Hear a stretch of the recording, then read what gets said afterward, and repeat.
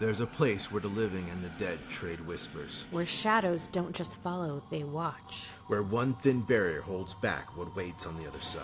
You've stepped into the veil between. What you're about to hear drifts between fact, belief, and the unknown. The veil between is for entertainment purposes only. Our stories, research, and experiences are our own, not medical, legal, or professional advice. So step carefully, and remember, the choice to believe is always yours.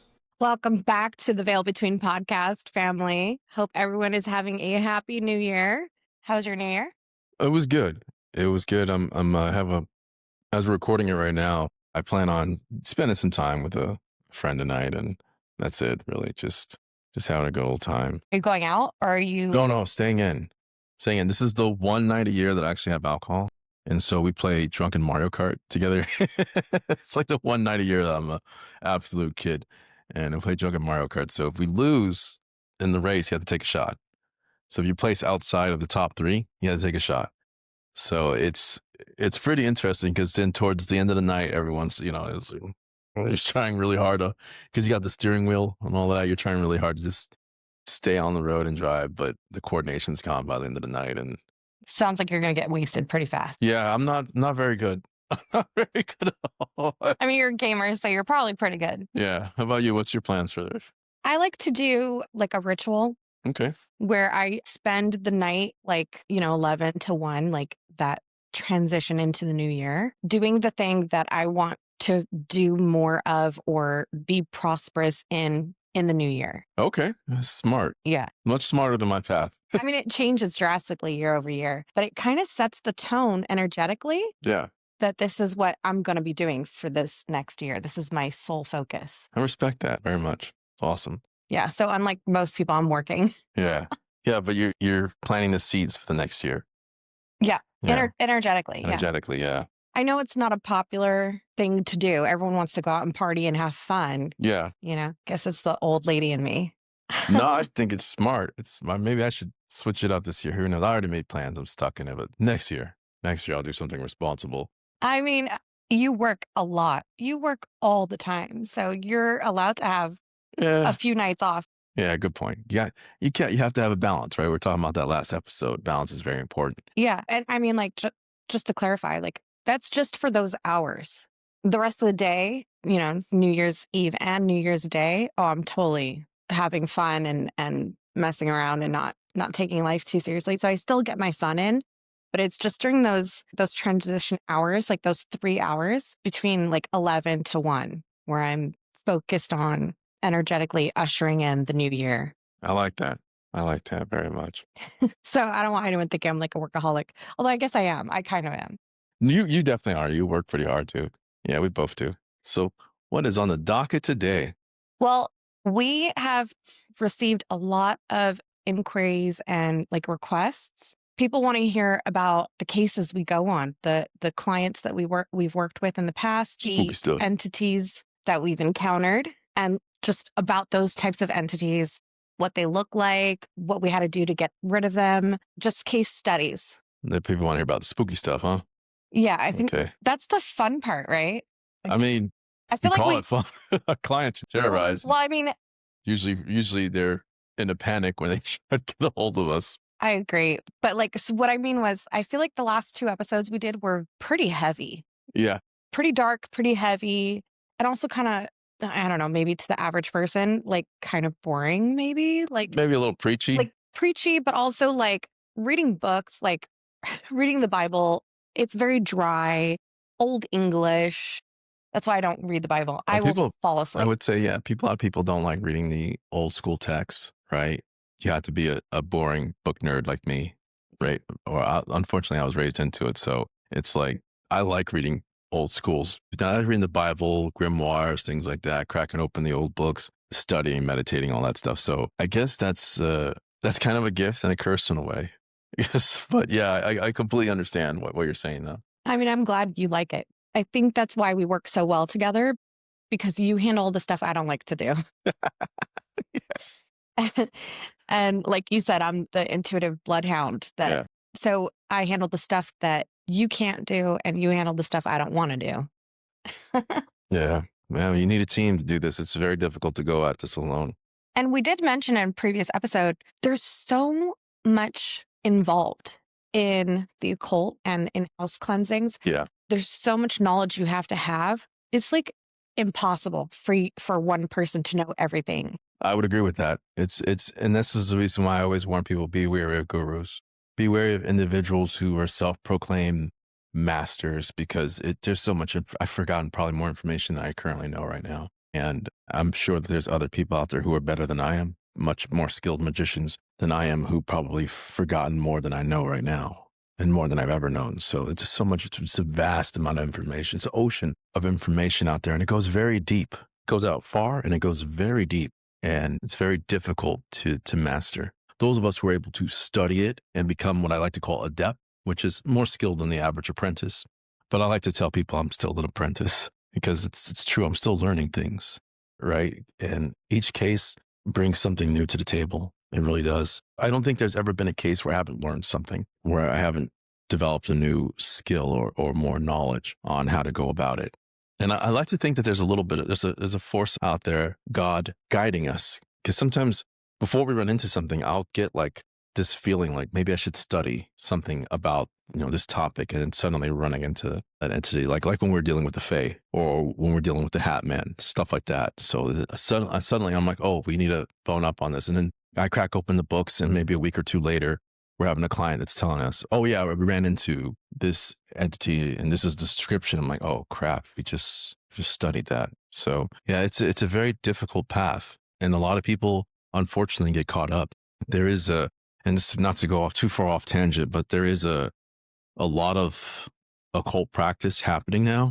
And I don't think people have the proper restraints, training, and know how to maneuver it. And we're starting to see a lot more demonic possession because of it, because people are dipping in their toe into this and they don't have the right prerequisite training in order to initiate it properly. It's a dangerous path. There's a lot of reading, and it's not as glamorous as people think it is. I know a lot of people like to think it's glamorous. It's not. It can be very boring to the average person who isn't into cracking open dusty old tomes and putting their nose to the books, or surfing the internet for hours on end trying to find the correct information. And then another danger that's popping up on the internet is there's a lot of false information out there. So perhaps we could do an episode on the pitfalls of that. Yeah.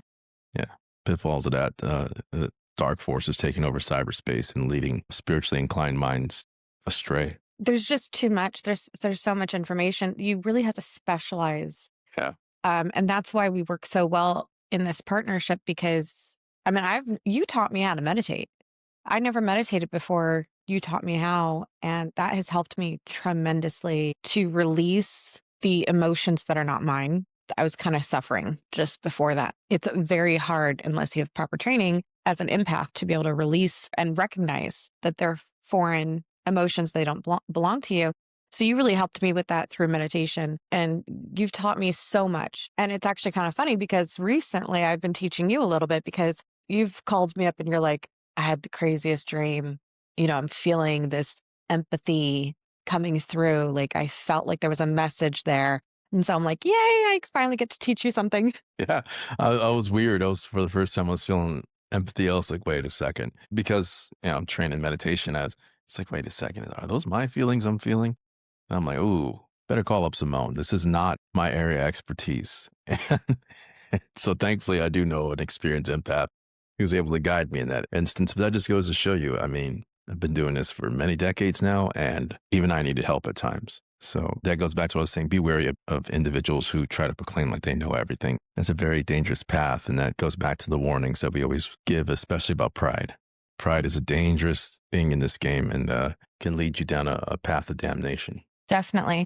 Okay, well, what case should we talk about today? Let's talk about the Vector and Poway. That was one of the ones, I believe, because she was, the client at the time was so adamant on not believing in those things. And the way she went about it at first, that was kind of interesting to deal with it. And it ended up, I believe that's the reason why towards the end, she had to call us back 3 times to deal with that one. So yeah, well, we'll talk about that one. This was about 8 years ago. And I don't know if she texted you first or me first, but I received a text in the morning, and it was real frantic from this client. And she apparently got our numbers through a mutual friend, and she was real desperate. So what had happened, a series of nights that she has a newborn child, a little baby boy, and The boy was crying, screaming bloody murder every night. She would rush to his bedroom, which was across the hall from them, and tend to the boy, look after him. He was always screaming bloody murder, and he was always crying frantically in the middle of the night. She had no idea why. She took him to the doctors, tried to figure it out. They had nothing for her. They told her it was night terrors. Yeah, they told her it was night terrors. It was pretty much a big nothing burger, right? Because, I mean, yeah, we know he's being terrorized, but there has to be something causing it. So, yeah, usually there's a catalyst behind crying frantically. So she, for the longest time, dealt with it until one terrible evening, she had woken up. And I want to say this tangent. People who deal with this, they usually have so much going on in their life that this is the last thing that they expect, right? Demons love throwing a nice little sucker punch in there when you least expect it. You're dealing with your 9 to 5. You're trying to balance your life. You're raising your children. You're paying bills, rent, trying to put food on the table, trying to make sure dinner's ready, trying to make sure your baby's fed. All that stuff that preoccupies your mind. So you're dead tired by the end of the day. And now the last thing you got to deal with is a demon who's trying to mess with your child. Well, and let me just add on to that. It is an energetic exchange. Yes. So not only are you dealing with the 9 to 5 and you're tired, I mean, who would have this on their mind, like thinking this could happen at any time? This is not normal. This is not something that people deal with on a normal basis. And a lot of people are skeptics, rightfully so, because if I hadn't experienced the things I have experienced, I would find it very hard. I have a very rational brain. Yeah. I'd find it very hard to believe. I just wasn't prepared when my attack happened. But when things attack you, when you are under a psychic attack, either you're like severely stressed, you're in anger, you're in a really bad depression, all those low frequencies, those negative frequencies, it attracts these entities like moths to a flame because you're vulnerable. So I just wanted to put that in there, that she was in a somewhat negative state of mind. Yeah, absolutely. I mean, she was also, I think she was dealing with postpartum. Postpartum is something I don't think this culture takes seriously. And then until a woman, inevitably spirals out of control, she crashes out, does something awful or something bad happens to her. Then people want to, take notice, right? Yeah. And meanwhile, she's been crying for help for like months. Yeah. And not only is it postpartum, like that's part of it, but she was also sleep deprived because having a new baby, waking up in the middle of the night, you just don't get any sleep. You literally are watching the baby 24/7. Like you can't not have your eyes on them. It's like that maternal instinct. So she was sleep deprived, dealing with postpartum. So that's where she was energetically. And the rat race, right? So they're both trying to earn an income to put food on the table and keep a roof over the family's head. So there's a lot of stress there. So one evening, she gets up and the baby's crying again, losing its mind. And she said that she was half asleep, just stumbling through the night, so tired. She stumbles over to her baby's room and she opens the door and she sees her husband standing on the other side, but the room is pitch dark. She sees a tall, lanky figure. Her husband was a tall, lanky guy. I remember that guy. And just standing over the baby's crib. And she thinks, okay, my husband has this. He has it taken care of. She leaves the bedroom, goes to the bathroom slightly down the hall. As soon as she opens the door, she sees her husband in the bathroom. And he's like, hey, how's the baby? She immediately realizes what she saw standing over her baby in the bedroom was not her husband. She rushes back to the baby's room. The baby's still crying, but now turns on the light. There's nothing there. At that moment, she realizes, okay, this is something more. This isn't just night terrors. I saw it now. She picks up the baby. The baby's crying. She's examining the baby. There's red marks on the forehead. Looks like someone's put their fingers on the baby's forehead, ran it over roughly, long red marks on the baby's forehead. I remember seeing them thinking, okay, yeah, there's a problem here. So she grabs her baby. She starts crying frantically to her husband. I thought I saw you in the room with him. Something's here with us. So they checked in. He does what he's supposed to do as the father, gets his family sidearm, goes through the home, because I believe he was a veteran, right? Yeah. I think he was a Navy veteran. Goes through the home, realizes there's nothing there. As a matter of fact, everything's locked. And he believes his wife. She's like, I saw him. She's sobbing uncontrollably. I saw something standing over our baby. I saw something tall like you standing over our baby, but it's pitch dark. And so at this point, they don't know what to do. They're terrorized. And she reaches out, tells her friend, and this is the thing you faced. A lot of you're scared because you don't think anyone's going to believe you, right? Everyone's, oh, you're just crazy. Oh, you're just tired. And she said, no, I saw something, and something hurt my baby now. This is not a joke anymore. It's leaving marks on my baby. Night terrors don't leave red scratch marks on a baby, right? So at this point, she's terrified. She tells one of her friends that is kind of into the new age lifestyle. And her friend says, I happen to know a team of individuals who deal with this. Her friend gives her our number. And that's when we receive these text messages. And so we arranged an appointment with them and went over to go see them. And at the time, we didn't know any of this information. This is all hindsight I'm speaking through. They invite us over. They're real nice. They're a real nice couple. So it's a small 2-bedroom apartment with 1 bathroom. Small starter family home in San Diego. And she's playing it cool at first. Because in the back, the entire time, remember, she was saying, I don't really believe in this stuff. I think she's like, doesn't even believe in God and stuff like that. She doesn't believe in any of this stuff. I was like, okay, cool. That's fine. And in the back of my mind, I'm thinking, that doesn't stop these things. You can believe, I can believe, I can travel through the mountains of Colorado, which I've done plenty of times. It's because I don't believe in mountain lions. It doesn't mean they're not going to show up and mess me up. They're out there.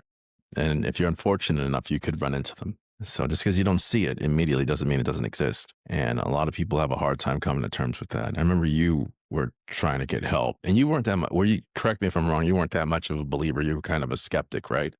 At that time? Yeah. Oh, no, I've always been a believer. Like, okay. I've always seen things. I've seen spirits my whole life. Okay. And I've always had, I've had visions. I've had just so many different experiences, and I've encountered so many different entities on my own. I absolutely know there's stuff out there. I've just faced too many things. I hadn't ever been attacked before the psychic vampire attacked me. Nothing had ever harmed me before. Yeah. And that's when my perspective of things completely flipped. But this case was well after that. Yeah. Obviously, we had already the experience of dealing with or helping a lot of several people. clients. So yeah, I was a total believer. It's just, I go in with a rational brain. And, when we go in, we keep our eyes out for anything that looks like the floorboards are creaking. Yeah. The window, there's a draft in the window. Not everything is supernatural. Yeah. Not everything is something. Yeah. I know there was one client we had buddy, I think you just have an old house, right? Yeah. But we'll do it. But I really think you just have an old house. Remember that guy. But this one, so we came over and, oh wow, just remember thinking back to what happened. So I started with my walkthrough. Yes, there we go. When we go in, we do a walkthrough together. Yeah. We go in, we try to go in before they tell us what's happening, because we don't want our perception to be tainted in any way. I want to be able to read the energy exactly how I see it. I don't want any outside influence affecting that. So we go in not knowing what's happening, other than they're freaked out, they're scared, something happened. That's really all we know. So you and I, we do a walkthrough, take our time, go through every single room, even like the backyard, the garage. I mean, we do a thorough walkthrough, and I take note of where I feel and sense certain energies. And then we go and we talk to them and get the story. So I told her, when I walked into the bedroom, there was a heavy energy in the corner of the room. This is like something that I have noticed countless times. Most of the time, the negative energy sits like a shadow. Like, that's how I see it. Like, not a person's shadow, but like a dark shadow in a room. You know how like a corner is a little bit darker than the rest? That's what it looks like. And usually it's up towards the ceiling, and it's always in a corner. And it's kind of just hanging out near the ceiling. They try to minimize their presence when we show up. Like, they know, oh crap, better hide now. They try to blend in. Yeah. Entities will hide behind objects. Yeah. Like, side tangent, I have seen like a Slender Man type thing. I know Slender Man is like an urban legend, right? But I've seen entities that I would call a Slender Man, just really, really tall and skinny. Lanky, like this one was. Yeah. Crazy tall. I'm talking like... Well, this one wasn't that tall. I think it was about 6'3", 6'4". I've seen out in my neighborhood, it's definitely more than halfway tall as a lamppost. Yeah. like the street light. Okay. I would say it's like 3/4 of the height. That thing is tall and it hides behind the light, the street light. It makes sense, especially when you know the origin of most demons. It makes sense that they'd be really tall. But so you had gone through, I remember now, you had gone through, you sensed it in the baby's room. It was in the corner, right? Yeah. And you were like, but you also told me, you were like, this isn't just a run of the mill, little nasty, low level. Yeah, no, it was trying to feed off the baby's energy. Yeah. When you had given me that warning, like it was, you felt the concentration there, and it wasn't just run of the mill, little nasty. We knew we were up against something that was above the ordinary. It would require more than just a regular cleansing at that point. So this is why it's very important to diagnose the situation before you go in guns blazing, because different nomenclatures of entities require different solutions. It's like, well, it's pest control. We call it spiritual pest control, but in pest control, you're not going to use the same poison for every single insect. You have to switch it up sometimes. And this was one of those cases where we had to switch it up. After that, we sat her down and you told her what you sensed, and she started crying. And that's when she told us the story about she saw what she thought was her husband, who was a tall, lanky guy standing behind the crib, which was in the center of the room. And he was standing there over the baby, and she just cracked open the door, okay, and then moved on, not realizing that was not her husband. So she broke down and told us she felt like she was going crazy. You know, we had you did a great job calming her down. I'm kind of just standing there like, all right, let's nuke this thing, right? You have much better bedside manner than I do. So yeah, I'm awful with my bedside manner, but you calmed her down and you told her, we're gonna help her. We're gonna help protect her baby and all of that. Really telling somebody, well, it's hugely impactful when we come after the walkthrough and we tell them what we saw. And I mean, track record about 99% of the time, maybe 95% of the time, when we tell them this is what I saw, you see this like double-edged sword that on one side, they're freaked out. Like they're like, oh my God, it's real. But then on the other side, they're like, oh my God, you just said what I saw. Like you just saw what I saw. I'm not crazy. Yeah. And so they have that like relief that they're not crazy. They're not crazy. Yeah. That's the biggest thing. But then on the other hand, like, again, they're like really scared because they're like, oh God, it's real. Yeah, it's real. It's that, I think that's this young lady. I think that's that was a vibe I got from her when she was sitting there, and then she got real quiet and she's like, okay, I'm not crazy, but that means this thing is real. She was terrified, and rightfully so. I mean, you have this newborn baby completely vulnerable. Yeah. And so after we told her that, actually, before we arrived, she had moved the crib into her room because she did not want to leave the baby like alone at all in that room. And she was super sleep deprived because she was just, after that night, she said she just could not sleep. Yeah. And she was this woman, I felt so bad for her. She was hurting. She's like, I can't stay awake during work. I'm terrified my baby's going to wake up screaming and I'm going to be, something bad's going to happen.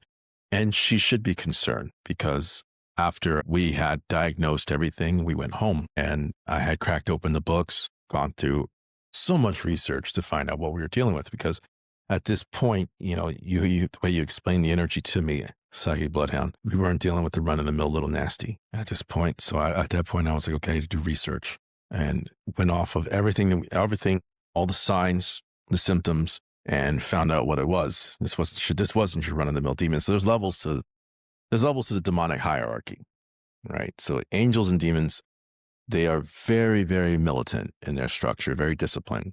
Believe it or not, it's not just a horde of them out there.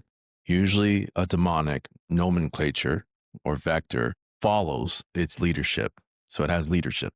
So it's just like a military unit. So I was in the military, we had a specific mission. My unit was a reconnaissance unit. That was our mission, recon.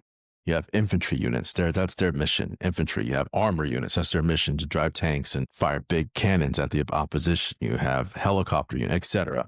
So each of them has their own mission. Well, demons and angels are the same way. Each of them has their own missions, right? Even fallen angels, each of them has their own mission, but usually the fallen angels end up leading legions of demons. So demons have legions, regiments, etc. angels have choirs and symphonies.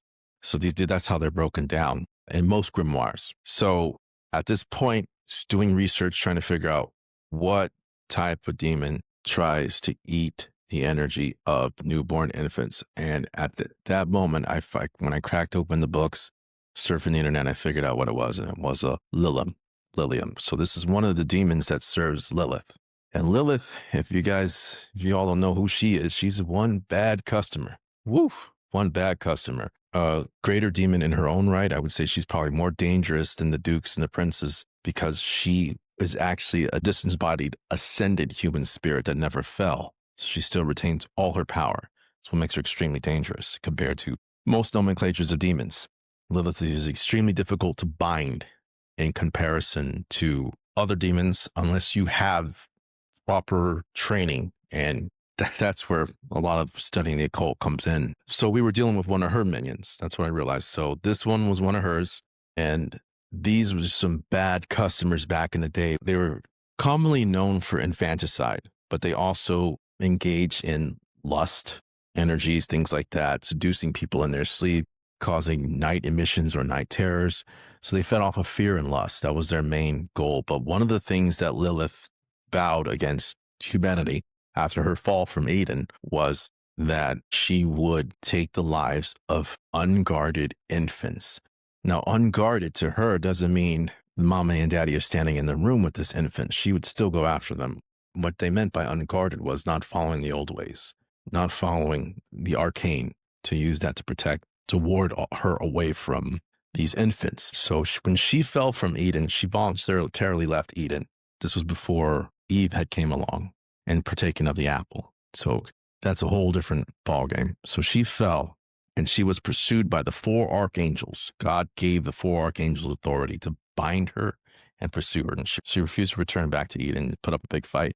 So instead they bound her here on earth. It's okay, you're never going to go back into paradise. You're stuck here on earth. Now, she died during the flood. The flood came, wiped everything out except for Noah and his family. But her spirit persisted, so it's still here on the other layers, causing tremendous amount of damage on the other side.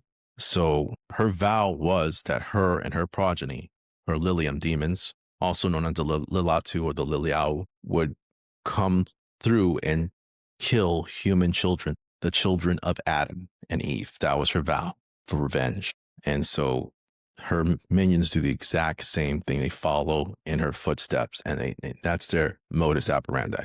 So when I realized what we were dealing with, that had told me, okay, this isn't a run-of-the-mill little nasty. So it's going to take more than just sage, positive energy frequency manipulation, all of that olfactory manipulation to get rid of it.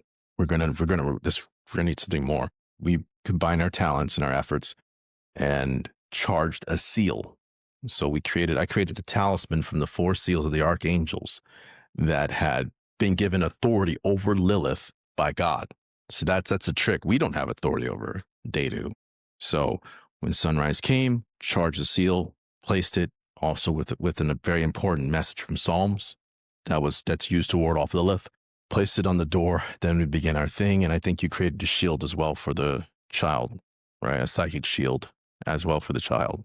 The psychic shield was over the entire house. Yeah. And then specifically over the baby, because obviously she takes the baby out of the house. Yeah. Yeah. But that's temporary. Everything that we do, aside from the sigil, that's all, it's temporary. Everything has an expiration date on it. And I can't hammer that home enough. All these TV shows that are out there where they go in and they cleanse and they remove the stuff, they don't tell you if you don't maintain it, if you don't keep your space clean, if you don't sage, do the incense, do the cleansing rituals on a regular basis, at a minimum once a month, it will come back. They always come back. They are themselves like bloodhounds, moths to a flame. Once they catch that scent, they're like, oh, there's a tasty treat in there. They will come back. I've had so many experiences when I've cleansed and kicked something out, kicked an entity out, where you'll hear banging on the door or the doorbell will go off, like the camera will go off, like it'll say somebody's at your door when nobody's there. They like to tease you and they like to announce, oh, you may have kicked me out, but I'm here waiting. Yeah. I'm here waiting. As soon as this shield drops, I'm back. That reminds me of another case we dealt with, but yeah, A you're absolutely few. right. It's happened. Yeah. It's happened more than once. It's happened several times. Like I said, with when I was fighting off the psychic vampire, when I put my very first shield up, it knocked right on that Yeah. shield. I heard it. It was like boom, boom, boom, and I was like, whoa. And I didn't know what I know now. I thought it was just one and done, but a week later, that shield fell. Yeah. And it attacked me the very next time I fell asleep. And I was like, whoa, hard lesson learned. You guys have to maintain the cleansing. Keep your space clean, locked down energetically, because it'll come back. Yeah. More chores to add to your list if I know. entities start targeting you. Yep. Exactly what someone needs when they're doing a 9 to 5 and they're tired and they have to take care of their little ones and cook dinner and clean the house. Now on top of that, now I got to burn incense and sage the place and all that. You know. We've had clients also who, before they called us in, they moved. They moved because they were like, all right, Yeah. there's activity here. I got to get out. Yeah. And then they moved. And then just to find that it followed them. That's terrifying. That's terrifying. Yeah. But it's already got your scent. It wants your energy. You're easy prey. It's going to go after you. It will follow you. It knows your signature in the other layers. It's extremely hard to the way they view the world is much different than the way we view it. Yeah, they don't know your address. They don't need to know your new address. Everyone has they find your frequency. Everyone has a very specific frequency, like a thumbprint. Everyone is different. And I like to explain it like, let's say your back is to a room filled with people. Okay, you're at a party. Yeah. And you're just facing the wall. I don't know why. You're antisocial. But you feel a presence approaching you from behind. Who is it? Right? You feel the aura, the energy of that person. Either you get a bad vibe or a good vibe. More often than not, you will know if it's a loved one or a close friend coming up behind you to say hi. You can feel their energy. It's so subtle, you don't realize it, but you can sense that frequency and you know who it belongs to, right? Yeah. So it's kind of like that. That's the best way I can explain it. You're absolutely right. They can sense it too. And time and space don't operate the same on the other layers as it does here. So the material realm deals with completely different set of rules from the etheric realms. So I ended up creating the talismanic wards, placing them on the inside of the door. And after we charged the seal in the morning, we placed it on the door with psalms. You placed a shield over the home and over the child as well. Then we saged the entire place, frankincense and myrrh as well, which is positive frequency incense. Frankincense being the positive one, myrrh being the amplifier, right? Never use sandalwood. Just want to stress that very much. Don't use sandalwood. That's a calling agent. Whenever you do rituals or anything like that, sandalwood is for calling spirits to you. So always avoid that scent. Spirits, entities, whatever you want to call them, whatever nomenclature you want to use, they respond to the frequencies that are put off by the sense of smell. For us on this plane, it registers as a sense of smell. For them, it registers as a separate frequency. And those frequencies have an effect on the layers that are much different than they would have the effect here. You're smelling something that you think smells really good. To them, they're surrounded by something that's now calling them, embracing them, drawing them in. Okay. Because of sandalwood on the etheric layers, it's a frequency caller. It calls to all other frequencies. So you have to be careful what you're doing with that one. What happens on this plane doesn't necessarily translate to what happens on the other plane. There might be something radically different happening on the other plane. So you have to be careful with what you're doing. Can I just say you just gave away gold? Giving away our we have secrets, secret sauce, which is fine. That is what we're here for. Take notes. Yeah, take notes, people. And since we're giving that information away, let me just also say, if you buy sage, if you're saging, get the sage by itself. White sage. Don't get it laced with anything else. I know it looks pretty. It's in a little flower bundle, dried flowers, dried herbs mixed with it. If you don't know what each herb does, just stick with white sage. I personally stick with white sage because a lot of those bundles that are mixed, they're purposely created for witchcraft, for summoning things. a lot of, those summoning rituals. Like you said, sandalwood is a huge attractor, and there are other herbs and flowers as well that do the same thing. So don't mess with that. Don't mess with it, especially if you already have something happening.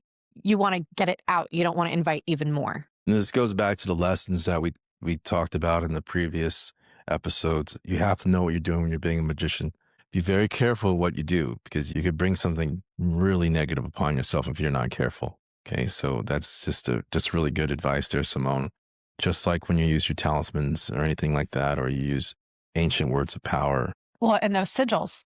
You have to be really careful. Again, sigils, a lot of sigils are used for summoning. Yeah, conjuration, reagents, things like that. You need to be careful, because you could open a door that you'll have a hard time closing, especially once you allow an entity access to your worldview. It's very difficult to remove them unless you're prepared to go to war. So just be careful with what you do, because we've ran into a lot of, that'll probably be our next story, a lot of would-be aspiring magicians who, especially young individuals who may not be well-versed and may not have the proper tutelage. And it's not their fault, but, well, it is partially, but they end up opening doors to things that they don't want to deal with and bringing it down on their entire family. But that's for another episode. I'm filled with spoilers today, aren't I? I'm just giving away everything. So we ended up saging the place. We went by scent and sound. So scent and sound to cleanse this one. Warding stones that were utilized from our Arcana package, which you can learn how to make your own warding stones as well. But we still use the basic warding stones. You're talking about the no fluff handbooks? Yeah, no fluff handbooks. So basic warding stones for this one. We didn't really need advanced warding stones for this one, but we did need the seals, because I felt like the sigils and the talismans did what they needed to do. And that was doing most of the heavy lifting for this one because of the angelic authority that we called. And so we told her, she was a little reluctant, put the baby in the room tonight. She was like, oh no, I can't do that. And I was like, just do it. Have a little faith. Put the baby back inside its crib, inside its room where it belongs. And it was a nice room. It had like robots and all this cool stuff all around. If I was a kid, I would have liked that room. But that's a tangent here and there. But she put the baby back in the room. And that evening, you were on call, and we were waiting, and nothing.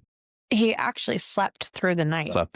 He didn't even wake up. First night, no night terrors. No fussing. Poor little guy's probably exhausted. Yeah. Poor little guy's probably been, he couldn't sleep because he's terrified, right? Yeah. Meanwhile, the parents didn't get any sleep because they were up waiting. Yeah. They were waiting. All four of us were up waiting for this demon to show up. And it never did. It was successfully warded away and banished away from the home. So every time we have a client, we go in, do the cleansing, we leave them with a kit. We've mentioned that before. We leave them with their own supplies so that they can then maintain. They have time to maintain after we do our cleansing, and gives them time to go ahead and buy their own supplies. And it's a novice level, introductory level magician's kit. It's appropriate for maintaining. Yeah. It's not appropriate to banish something on your own, especially something like that. That was not a little nasty. That was not something that, is easy to banish. Lilium are some bad customers. A lot of sudden infantile death that we see, I like to attribute it to their work. They are some nasty customers. They do a lot of foul things, but they like to possess children. They like to do a lot of bad things to children. They're bad customers, and they are not easily removed with sage and frankincense. You're going to need a lot more than that. You're going to need to know what you're doing. It takes a tremendous amount of willpower to banish the higher level demons. And I would say this one was around night level. Yeah. And I was also going to say, it makes me think of changelings. I don't know if they're related because changelings are more fae. Yeah. But it's very similar because they kind of doppelgang, and they make you think that you're seeing a baby. Some people have reported seeing two babies in the crib. You know what? That's a very good connection. That's a very good connection. I didn't make that connection. It's possible that this is the same nomenclature demon with a different appearance and how they go about messing with children. Awful stuff. I mean, fae are a type of demon. They're demonic. They're demonic. Fae are just demons. The demons with more of a a grasp on the physical layers than your standard disembodied entity. So yeah, you're absolutely right. Good point. Wow. Good point. Yeah. I have my moments. Well, so I just wanted to say, back to what we were saying, we left her with a kit Yes. so that she can maintain, and that they have that time, they have a little bit of buffer that they can go and purchase their own supplies so that they can maintain. We give our clients like a whole list, like this is what you need. These are the tools you need. And we keep it basic. You're not spending a bunch of money. It's on those scents that you were talking about. We deal a lot with the incense and the sage. Because this could get expensive. Yeah. For a while. So we try to keep the it upper echelons of the magician tools get expensive. right. So Sorry, go ahead. we take that. A lot of people don't have the funds to invest on all this stuff. So we try to keep it minimal and as inexpensive as possible. And, you know, we tell them exactly where they can go. There are local shops here. There's shops everywhere in San Diego. I mean, you throw a rock and you'll hit a new age store. New age store, yeah. That has the supplies you need. But also we provide like links to Amazon and stuff where you can find decently priced stuff, and it'll show up at your house the next day if you can't leave the house because you're a new mom. You know, it comes straight to you. So in this case, though, she ended up calling us back. Like you mentioned earlier, she called us back 2 more times. Remember what I said earlier in the show? She was a skeptic. She didn't believe. Right. So when things calmed down, she just tucked it to the back of her mind, forgot it completely, treated it like a hiccup, not realizing that, you know, well, I would say, and I don't know, maybe you're the empath. Perhaps you probably know what she was thinking better than I did. But I would say she probably wanted to go back to that state of ignorance is bliss. Some people don't. When that door is open, when they realize how terrifying it is, like they don't, like a lot of people think it's intriguing at first, but when you're experiencing it firsthand, the night terrors, seeing the marks on your child, I don't know how I would feel if I wasn't adept, if I wasn't indoctrinated into this lifestyle. I had no idea what I was doing. And I saw marks on my baby's forehead, like someone was, you know, roughing him up in the middle of the night. He's crying hysterically. And this is a bad customer. You can't see who this person is or thing. How do you react to something like that? Right. Yeah. I feel like there's 3 different types of people, or 3 different outcomes that they handle it after the fact. The first is it changes them, opens their eyes. They still move on with their life, and this does not become part of their life, but it's always in the back of their mind. This really happened.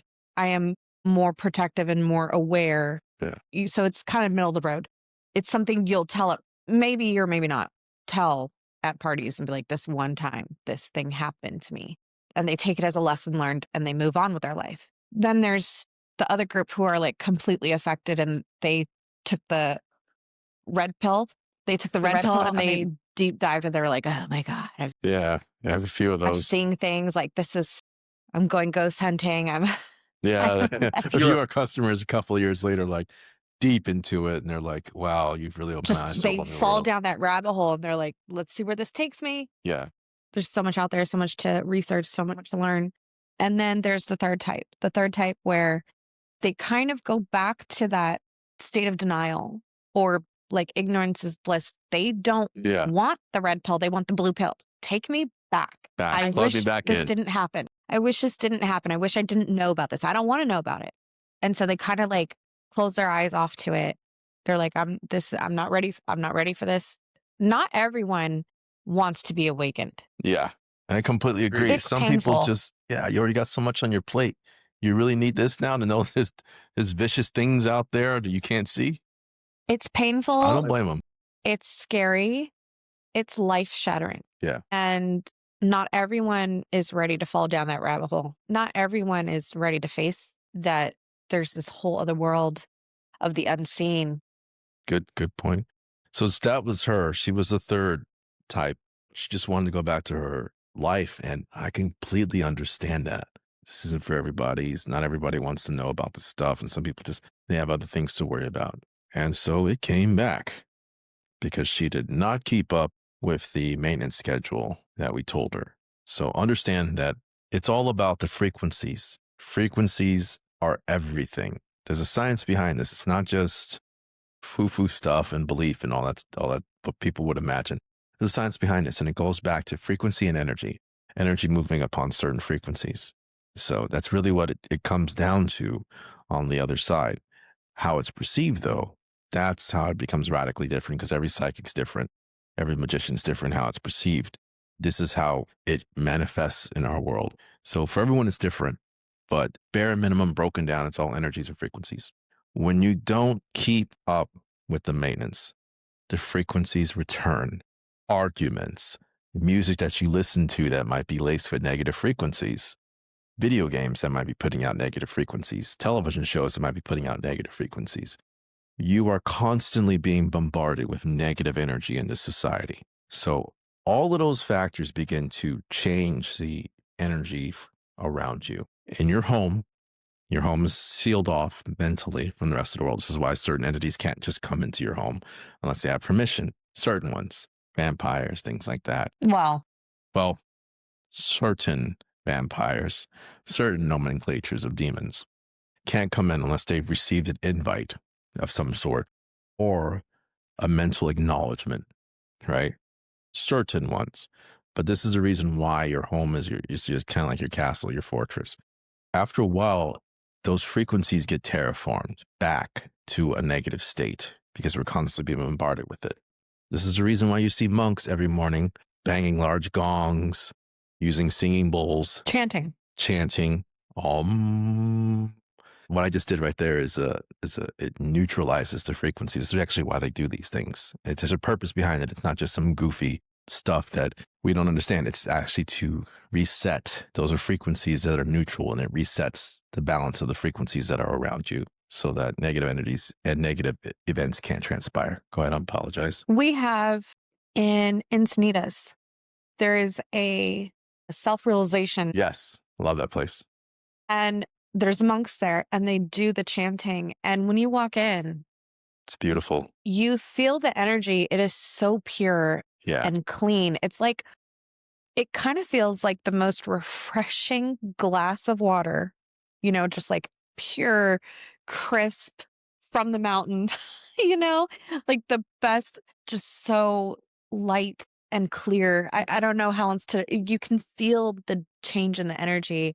And with that chanting, I think it was in my religions course in college. They had one of the monks come over.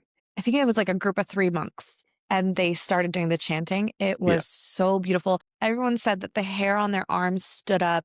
Everyone had goosebumps. The energy just washed over you. And I think everyone walked out of that day, out of that class, just feeling lighter. The stress was gone. I mean, it really just released the tension that we all had, like getting ready for finals or whatever. It was an amazing experience. It's very powerful, the chanting. And it's why we use the singing bowl. Yeah. Because it does the exact same thing. Yeah, it's an amazing tool. It's a great tool. It takes a while to master, but it's a great tool. Yeah. Yeah. So we use those, and we also use the olfactory senses. Scents such as frankincense and myrrh, incense, every single one, like we just stated earlier, does something different. So eventually those frequencies get terraformed back into a negative state if you don't stay on top of maintaining them. Like cleaning your home, you have to clean the frequencies as well. And when you have an entity on your behind, you have to make sure you stay on top of it, because even though you've banished it, it's outside there waiting for you to drop your guard. If you drop your guard, so you can get back at so in this case, so you can get back at her baby, get another crack at the baby. A month later, like clockwork, the baby was screaming bloody murder in the middle of the night, and the red marks began on the back of his arm this time. It was on the back of his arm this time, like something had grabbed him in a very abusive way. So these are good people. We knew it wasn't the parents doing this to the child. Once again, the baby was screaming, crying. Again, she didn't tell us anything. Yeah. She told us it's back. Can you please come back? It came back. And when we went in, we knew immediately there had been no maintenance. No maintenance, yeah. Everything was exactly the way we left it. The tools we gave them were untouched. They were still lying on the counter. It was in the original package. Yeah, in the original package. I was like, we packaged did you open this at all? yeah, so she admitted it. She was like, I forgot about it. And also, I don't feel confident Yeah. in being able to do this. Like, I feel so uncomfortable doing this. I feel very out of my element. I would just rather you come and do it for me, which is fine. Just fine. But It's totally fine. But like, our purpose here is to teach people to take care of themselves. That I can't even stress that enough. Just the way I felt when nobody helped me. I don't want anyone to ever feel that way. So we do give the kit so that you can maintain. And when we do the walkthrough initially on our own, and then we sit down with the client, yeah. tell them what we found, what we felt, what we experienced, anything we may have seen. But when we do the actual cleansing, we have them walk with us and do the cleansing with us Yes. so that they can see how we do it and they can get the practice. Like we tell them, repeat after us so that they feel comfortable doing it on their own when we're gone. Yeah. Yeah. So it came back with a vengeance. A few times. Like we said, we had to go back 2 other times. 2 other times. Yeah. It was crazy. Yeah. It came back. And eventually the child was old enough where I believe It was no longer really a target. It wasn't of interest. Yeah. It goes after newborns. It likes newborns. So as the child started getting a little bit older and then dealing with us, probably frustrating the heck out of it, it just gave up and moved on. Yeah. Yeah. So that was that case. That was a very interesting case to deal with because that was my first time combating a Lilium, right? Dealing with Lilith. That was the first time she got on my radar, dealing with one of her minions. Same. Yeah, so there are so many different nomenclatures and so many different methodologies required to, it's like being a doctor. You have to diagnose the illness and then find the right medicine. 9 times out of 10, you're going to be dealing with a little nasty. That's the name I borrowed from another magician from a while ago. I forgot his name. Shout out to him though. But little nasties, imps, whatever you want to call them, small, psychic, Lesser demons. Psychic pests, negative thought forms that are being launched at you, things like that. That's 9 times out of 10. But every once in a while, you're going to run into a tough customer, rough and tumble customer who's going to put up a fight. And that's when you really have to be on your P's and Q's and know your stuff. I felt so bad for that family. Terrifying experience. I don't know how I would feel if my newborn, I mean, I love my fur babies. I couldn't imagine something bad happening to them. I would, demon's gonna pay.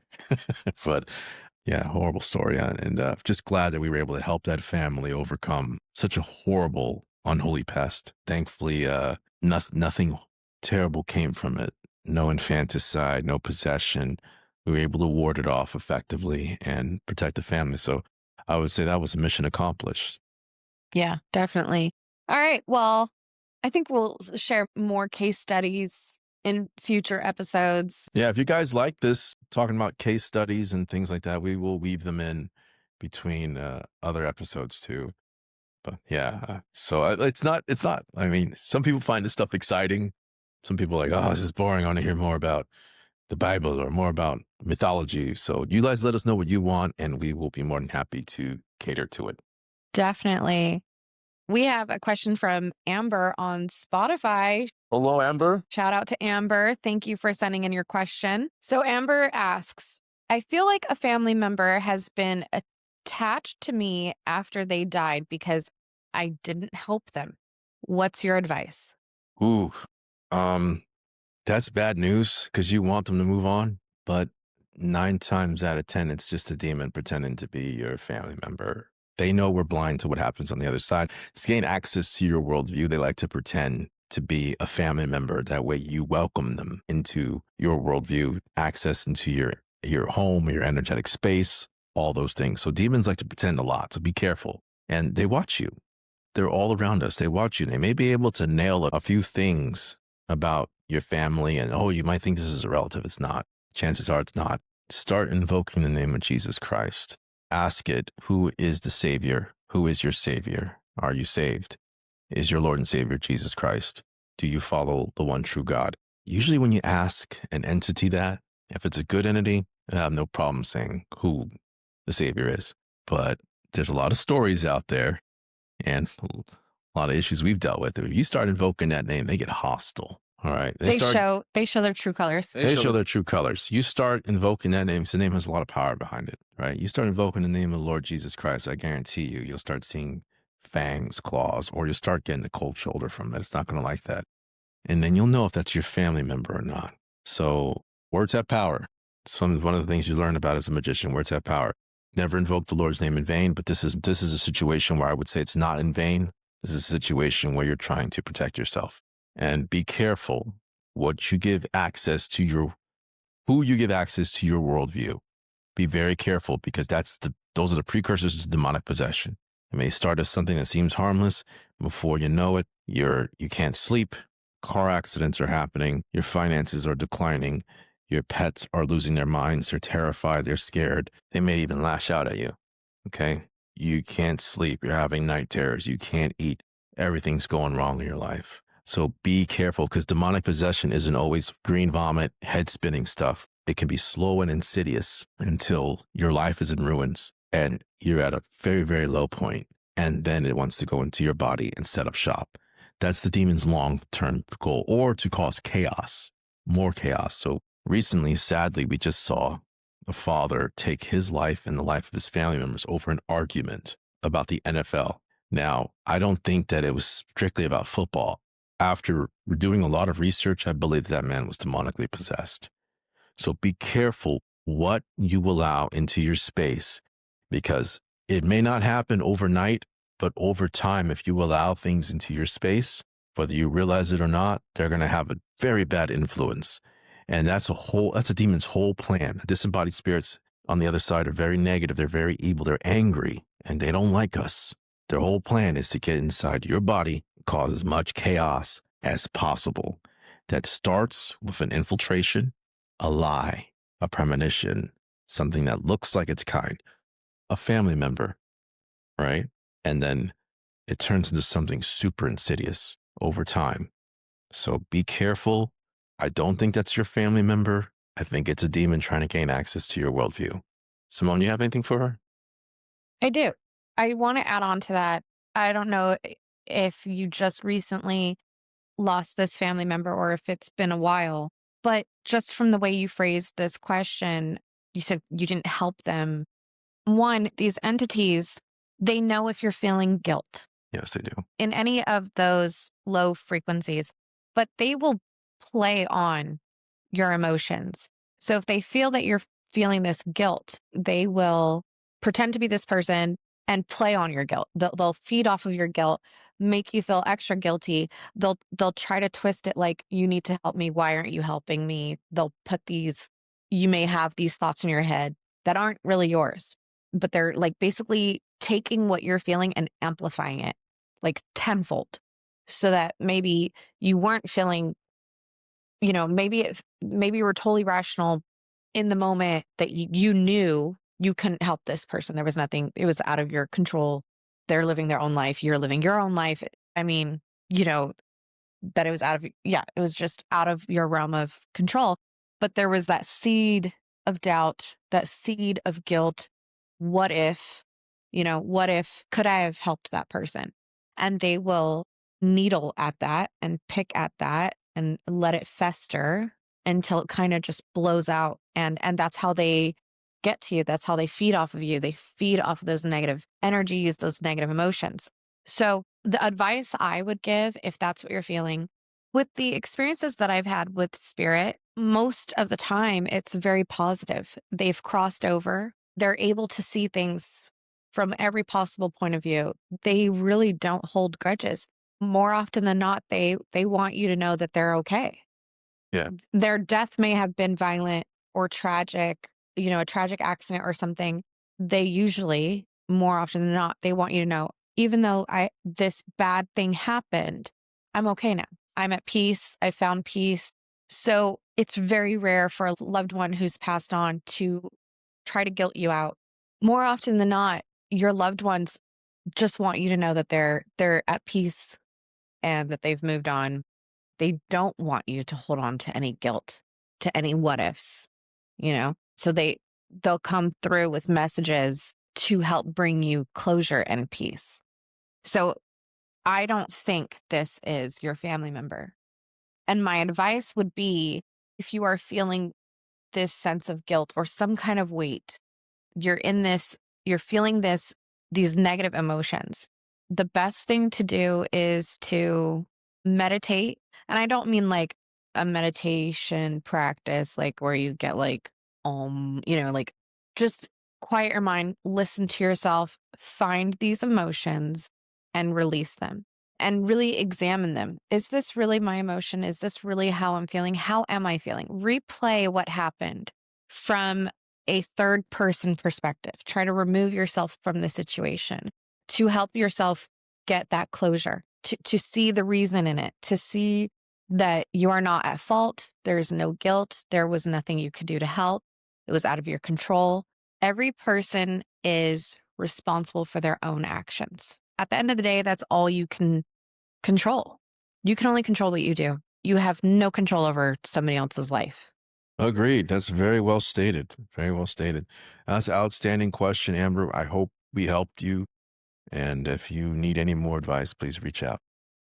Definitely. Okay, next question is from Kelly the Jabberwock. Kelly, we love you, Kelly.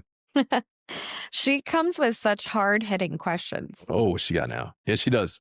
She comes with some good ones, like, oh, that's a curveball. Oh, that's a screwball. That's a fast pitch. So what she has today? I love how inquisitive she is. She keeps me on my toes as a magician, I tell you that much. Yeah, I feel like she's starting to fall down that rabbit hole, and she's at that inquisitive state where she's like, I have this question. I need more. I need to understand more. That's awesome. Yeah. So Kelly's question is, what do you both personally think is in our power to influence? For example, you have talked about banishing demons. What about other things, such as changing vibrations and things achieved through magic? What have you personally experienced, and what else do you think is possible?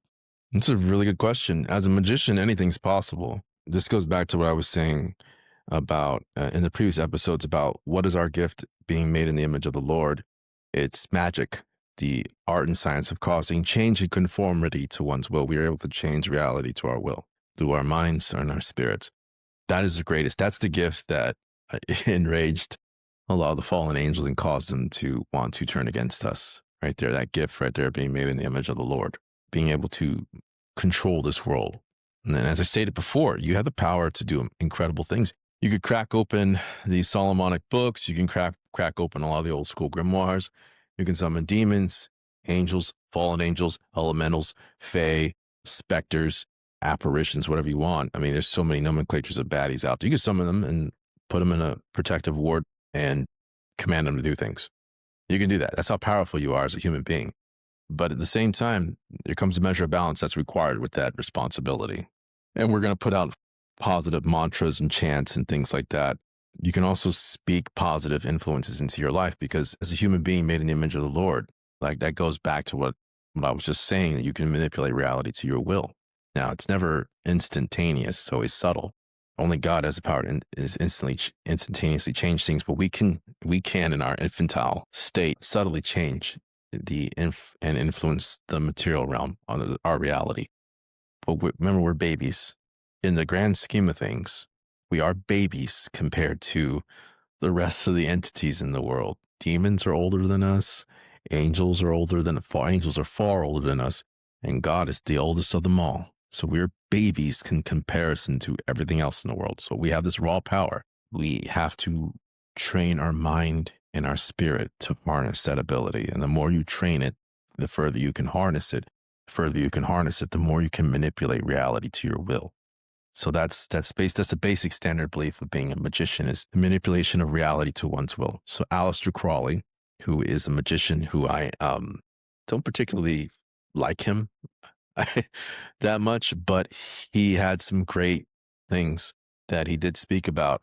And his definition of magic is the best one. And the definition of magic is simple: the art and science of causing change and conformity to one's will. That's his definition. It still is the best one today. So you can do anything. So we're going to come up with positive mantra videos to help people manifest more success in your life, to manifest happiness, to manifest peace, to manifest end to troubles, things like that. You can have anything you want in life. You can whatever path you decide you want to go down, whether the right-handed or left-handed path. The possibilities are only limited by your imagination. That's the beauty about life. With that said, always remember the balance. Always remember not to go too far with pride, to go too far with ego. Those are the things that will hinder you. Be careful with those aspects, because I've seen many people on the spiritual journey fall because of those two. A lot of people get arrogant. They turn on friends and family. Bad things happen. They attack people, psychic attacks, hexes, awful things. And that's terrible in itself, because that comes right back at you. And you can only dodge the karmic balance for so long. Hopefully that answers your question. You can do anything you want. Abracadabra, I speak it, therefore it is. That's your gift from the Almighty Creator of the universe. You are made in the image of God. So hopefully that answers your question. If Simone has anything to follow, I know it's probably a tough act to follow. Did I? Oh, I got some. Yeah, I know you always got something. Let's see what you got. It's a tough act to follow. Not for me. Oh, okay. From the perspective of a empath, a few cool things, or not so cool, it depends on how you look at it. As an empath, and even a person who doesn't have empathic abilities, you can still do this. I mean, it sounds cliche, but you literally have the power to change a person's day for the better or for the worse, depending on what you do. You can affect their emotions. And as an empath, personally, I know that I can affect somebody's day. So if they are, in a lower frequency, if I just see somebody just like really stressed out or struggling, I will take a moment, sit down, talk with them, just have a conversation. And honestly, just having a conversation can totally reframe their day and reset their day, reset their mind, put it There's been some times where I've been furious and I call up Simone or ask for help, and she sets me back to neutral. Honestly, you can just have a conversation. You don't even have to talk about what's bothering you. You can sometimes it's just as easy as just changing the subject. Just forget about it. Let's not talk about that problem. Let's shelve that for later. Let's put you back in a positive frame. So tell a joke. The door to empathy swings both ways, right? And that's what I was going to say. So you have the power to make somebody's day better, but then you also have the power to make somebody's day worse. So internet trolls, you read the wrong comment, somebody leaves a horrible comment on your video, and man, just that. Someone across the world you don't even know, you don't even have a face to put, you don't even have a name to put to the face or anything. They're a complete nobody, and they will wreck your day. They can totally wreck your day. So yeah, there is such a thing as a dark empath, and those people have learned that they can manipulate the emotions of an individual to make those negative emotions that, it may just be like a little spark, super low, and they will light that fucker. Yeah, dark empaths are extremely dangerous magicians. Be careful when engaging them. It kind of boggles the mind, because you're like, as an empath, it's really hard to inflict pain on other people, but I feel like they flip a switch, they turn it off, that empathy, they turn that empathy off, and they'll just blast you with that negative emotion and feed off of that. I mean, honestly, the sky's the limit. You have the power to do really anything you put your mind to. And I like to think of our minds as like a toddler running around with like scissors. You know, we are a very young species. Our lives individually are very, very short. Even if we're reincarnated and we come back and we've had past lives, we're still, our spirit, our souls, they're still young. They're still young compared to the other things that are out there. And we're untrained. We restart every time. We have very short lives, 80 years if you're lucky, unless you train your mind the way you train a muscle when you're working out, weightlifting. You have to train your mind, and that takes study. That also takes meditation. You have to sit down and be still and be quiet and take inventory of everything that you're feeling.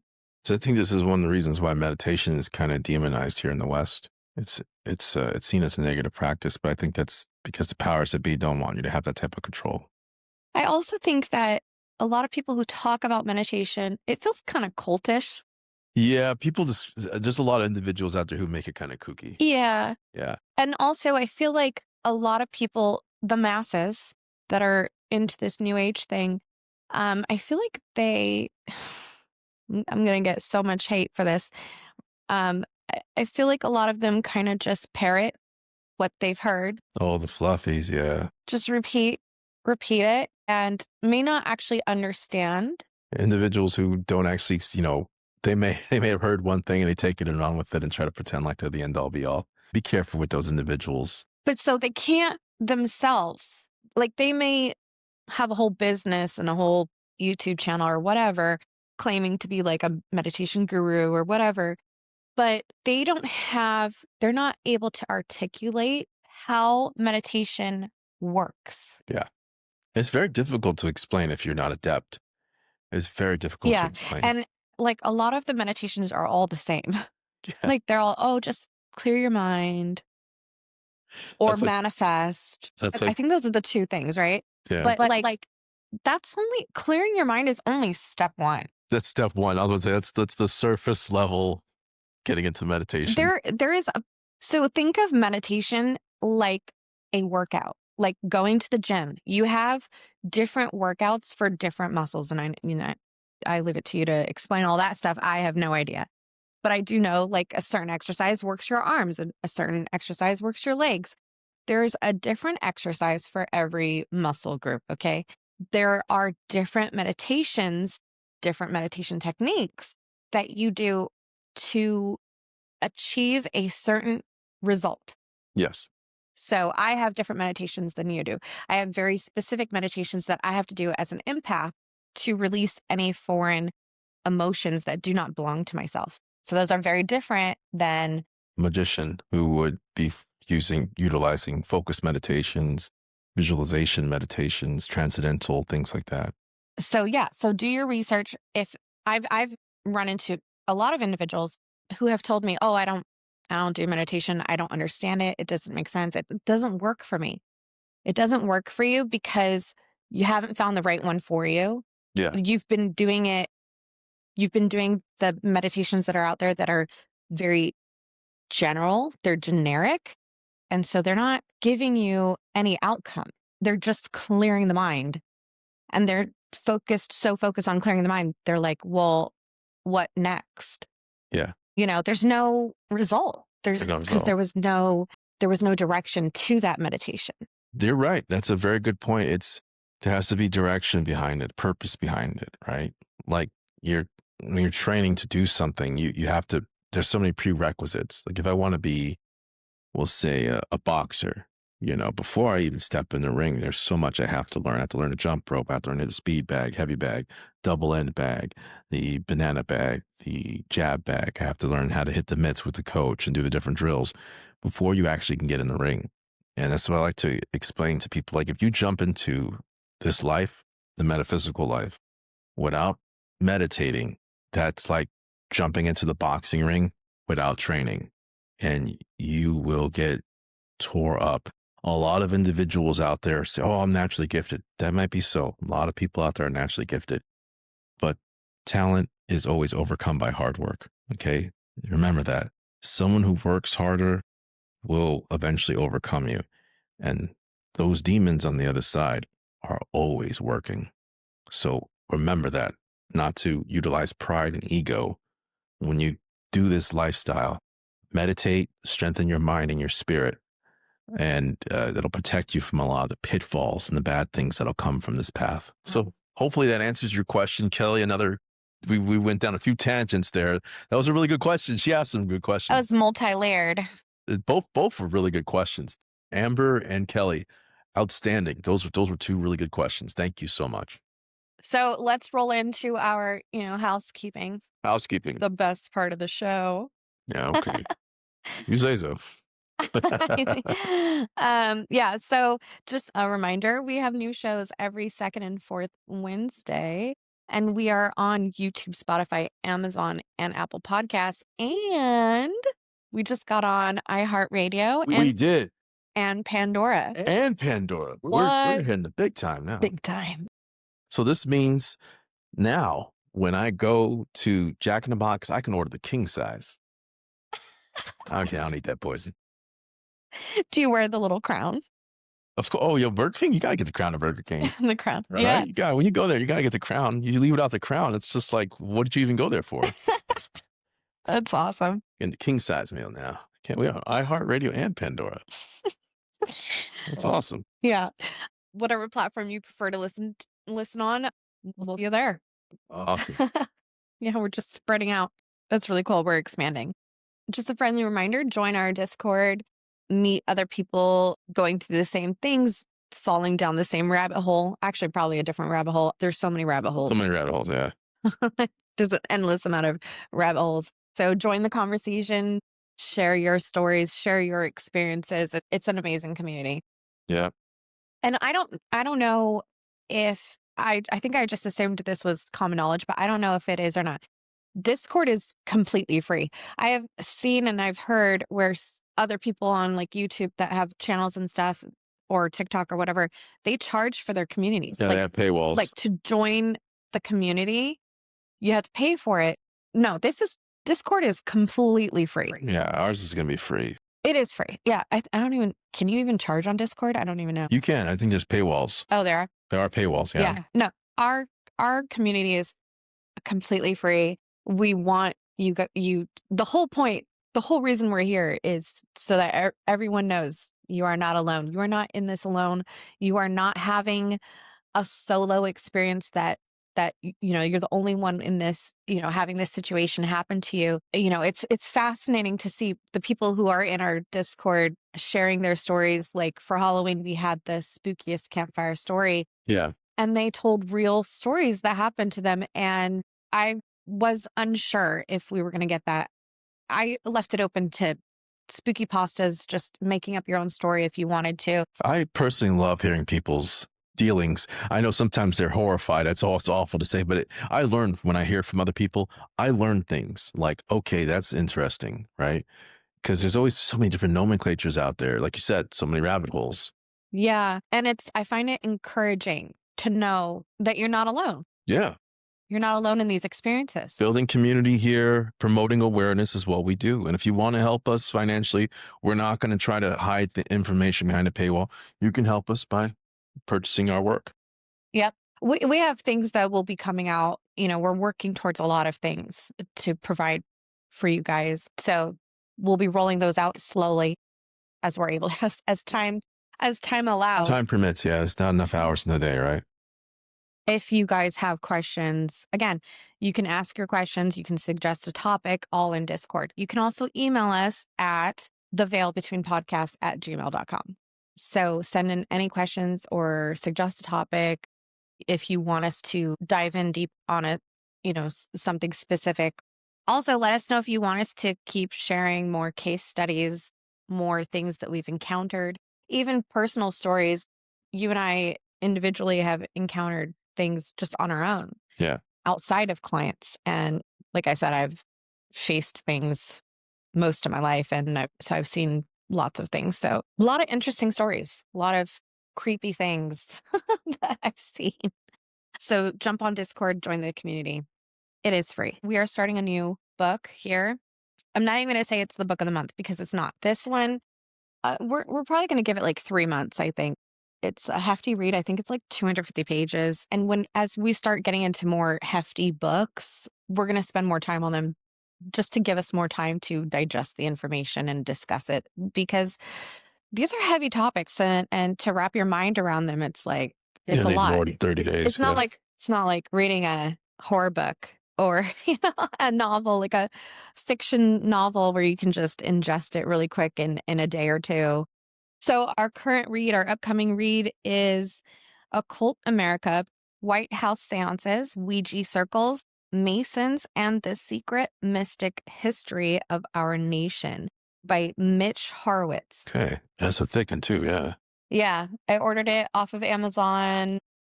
I think it's on sale currently. Unfortunately, it's not on Kindle Unlimited. But that's another reason. I don't want you guys spending so much money. So that's why we'll be having this book up for a few months. Yeah. I'm excited to jump in and see all the crazy things that has happened in our country. America has a crazy hidden occult past. It's Yeah. I mean, everyone knows about the Masons. Yeah.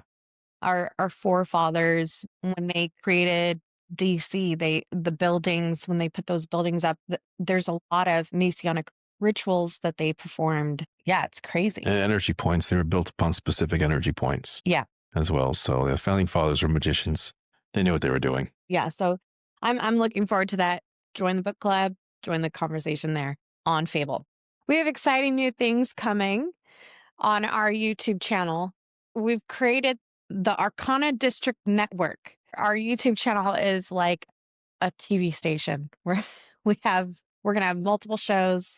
And so right now we've just added guided meditation and prayers by Guy Quintero. That'll be the Lord's Prayer. It'll be the first one. I figure we start with the basics. There's a lot of power in that one as well. And we have a how-to video so people can learn how to pray properly, as well as the actual prayer, which we recite 3 times. Oh, we also have a ambient video where we're just going to be playing the music in the background as well as the white noise. If you just want to pray or meditate on your own, you can utilize that as well. We want to give you guys as many tools as possible to use. So we also have the self-cleansing ritual video, again, with a separate how-to video. Yeah. The idea for that self-cleansing ritual, that video, is so that you can literally have it playing with you on your phone or whatever device you have. Take it room by room with you, and you recite, you repeat the mantras after what Guy says, or you can say it. You can either say it mentally in your mind, or you can say it out loud, whatever you're most comfortable with. But you have to have that intent and 4 elements of spell casting: focus, intent, willpower, and faith. And that is mentioned. It'll be mentioned in the actual Lord's Prayer video within the notes. Yeah. So we're doing like 2 videos per. The first one being the instructional, and then the second one actually being the ritual. And then the ambient video as well. That's with just the musical background and the white noise.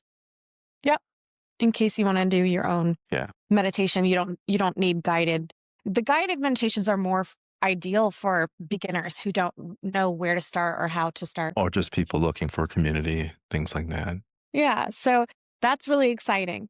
And we have other things coming soon. We're constantly trying to add more things. So if you have anything that you guys, any ideas or suggestions, anything that you want to see totally apart from this podcast, again, throw it in the suggestion box, so to speak. And we'll see what we can do. Because we really want our channel to be like a one-stop shop for anything in the realm of metaphysical. Yeah, we're coming after Gaia. Okay, so I'm at Arcana District on TikTok and Instagram. I'm at Guy Quintero on Instagram and TikTok. Reach out, DM us, email us, any questions that you may have. Sometimes it's easier to just private message. Yeah. Instead of like putting it out there for all to see in the comments section. Yeah, if you want to remain anonymous, just private message us and say, I want to remain anonymous. It's fine. Although I do love giving shout outs because it shows the community's growing. But definitely. All right. Well, I hope you guys have a wonderful new year and a prosperous 2026. And I think good things are coming. Things are coming. Remember, whatever you speak into reality, you make into reality. Oh, that's good. Bye, everyone.